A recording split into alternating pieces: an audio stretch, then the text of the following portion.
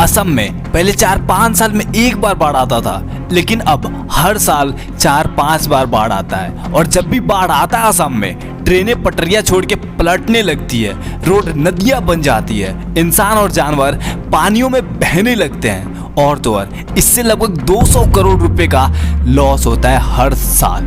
But सवाल ये है कि असम में हर साल बाढ़ आता ही क्यों है, और आता भी है तो गवर्नमेंट इसे रोक क्यों नहीं रही है, और उससे भी बड़ी बात, इसका जिम्मेदार कौन है, सब कुछ जानेंगे इसी वीडियो में। सो लास्ट तक जरूर देखिएगा, और अगर आप मेरी बातों से सहमत हो तो शेयर जरूर करना।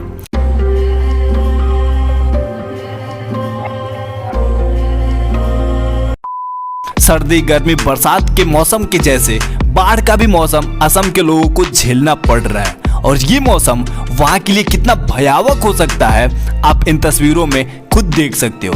असम में अब तक 50 लाख से भी ज्यादा लोग अफेक्ट हो चुके हैं बाढ़ से। 34 राज्य में से 32 राज्य में बाढ़ के वजह से अफरा तफरी मच चुकी है। अभी तक 100 से भी ज्यादा लोगों की मौत हो चुकी है। 1 लाख हेक्टेयर क्रॉप एरिया पूरी तरह से डैमेज हो चुका है, और 3 लाख से भी ज्यादा लोग रिलीफ कैंप में रह रहे हैं अपना घर बार छोड़ के। हालांकि ये अभी कुछ नहीं है। 2004 के असम में आई बाढ़ में नियर अबाउट 1 करोड़ 20 लाख से भी ज्यादा लोग अफेक्ट हुए थे, और टोटल 771 करोड़ रुपए का लॉस हुआ था। और एक एवरेज देखे तो असम में पर ईयर 200 करोड़ रुपए का लॉस होता ही होता है सिर्फ बाढ़ की वजह से। इससे आप अंदाजा लगा ही सकते हो कि असम के लोगों को क्या क्या झेलना पड़ रहा है। रहने को घर नहीं बचा, खाने को खाना नहीं बचा, पानी तो चारों तरफ है लेकिन पीने वाला पानी नहीं बचा। अब आप सोच रहे होंगे कि गवर्नमेंट इस बाढ़ को रोक क्यों नहीं रही है।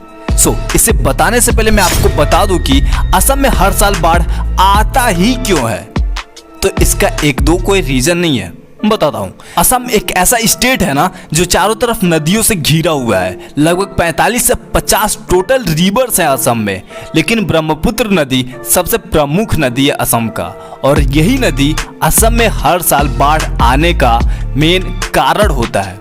बताता हूँ कैसे।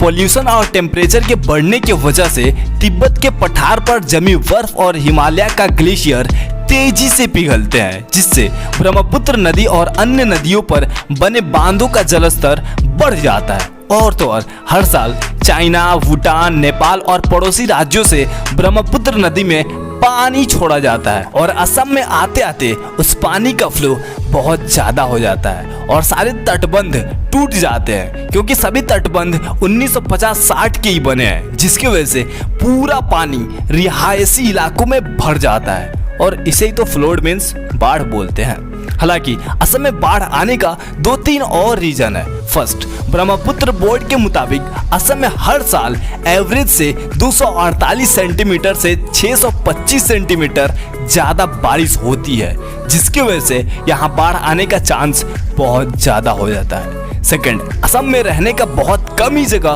पर्याप्त है, जिसके वजह से वहाँ के लोग जंगल काटकर नदियों के किनारे रहते हैं, और जब तटबंध टूट जाते हैं तो उन्हें बाढ़ का सामना करना पड़ता है।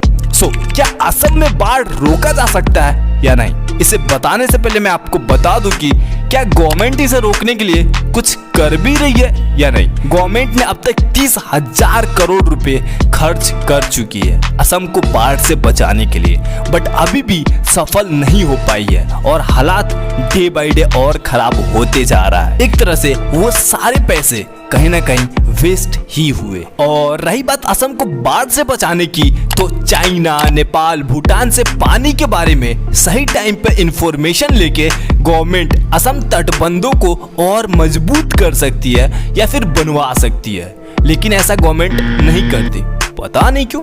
समय रहते वहां के लोगों को कहीं और शिफ्ट कर सकते हैं, नदियों को खोद सकते हैं, नदियों के कटाव को दूर कर सकते हैं। ऐसे ऐसे कुछ निर्णय लेकर गवर्नमेंट असम के बाढ़ के प्रॉब्लम को हमेशा के लिए खत्म कर सकती है। बट मुझे लगता है हमारी सेंट्रल गवर्नमेंट पिछड़ी राज्यों पे ध्यान देना ही नहीं चाहती।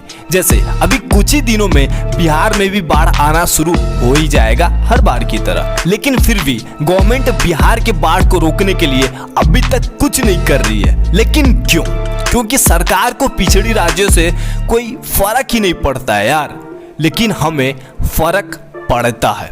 सो इसलिए वीडियो को ज्यादा से ज्यादा शेयर करिए ताकि हमारी जनता अवेयर हो सके। और अगर आपका कोई सवाल और सुझाव हो तो कमेंट बॉक्स आपके लिए खाली है। बाकी चैनल को सब्सक्राइब कर ही लीजिए ताकि आपको सोशल इशू से रिलेटेड हर एक वीडियो आपको मिलते रहे। बाय द वे, अगर आपको अभी तक नुपुर शर्मा का सच्चाई पता नहीं चला तो लेफ्ट वाले वीडियो पे क्लिक करके जान लो। बाय।